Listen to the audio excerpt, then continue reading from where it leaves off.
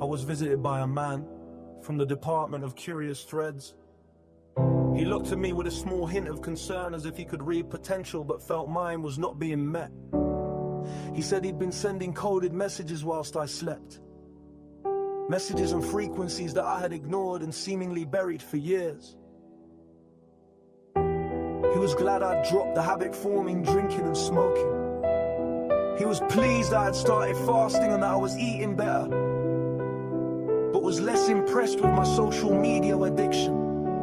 It seems doom scrolling does not replace cardio, and the constant chatter in my head did not replace taking small, meaningful actions to quieten it. His eyes still carry concern because he could see how much of my energy went to worry, to the bias of the news, the programming of the masses, and the wolves in suits that we vote for, who often rob us blind and sometimes send us to war. He said, "Be careful.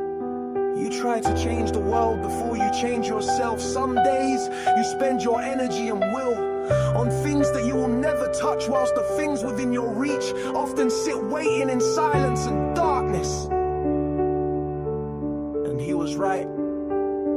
I had historical threads holding me back, twisted and interlocked, that I thought were unbreakable, spells that I thought were limiting and eternal, holding me back as if they were real.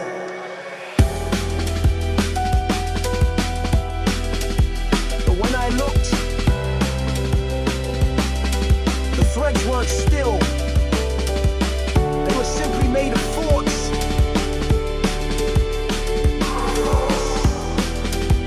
Could my awareness of this simply be enough?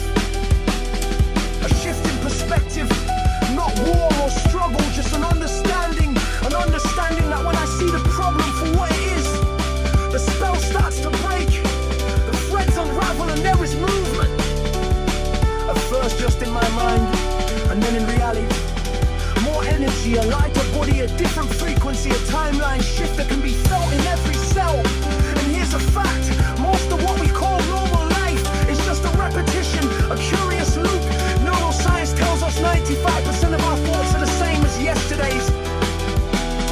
No wonder the days blur. No wonder we often stay so stuck. Here's another. 1 in 4 people in this country struggle with their mental health, whilst half of all wealth sits with 1% of the people's pockets. The NHS is stretched to breaking while billionaires hide trillions offshore. And we're told the problem is flags or migrants or artificial intelligence. But the man from the department was clear. These are spells, spells of distraction, spells of division, spells designed to keep us blind to the real theft within. These spells, they can be broken, not with magic but with awareness, with a refusal, a rethreading of reality, a breaking of loops, a bypassing of habits, a choosing of both curiosity and silence, connection and progress, good choices and inner peace. And the truth he left me with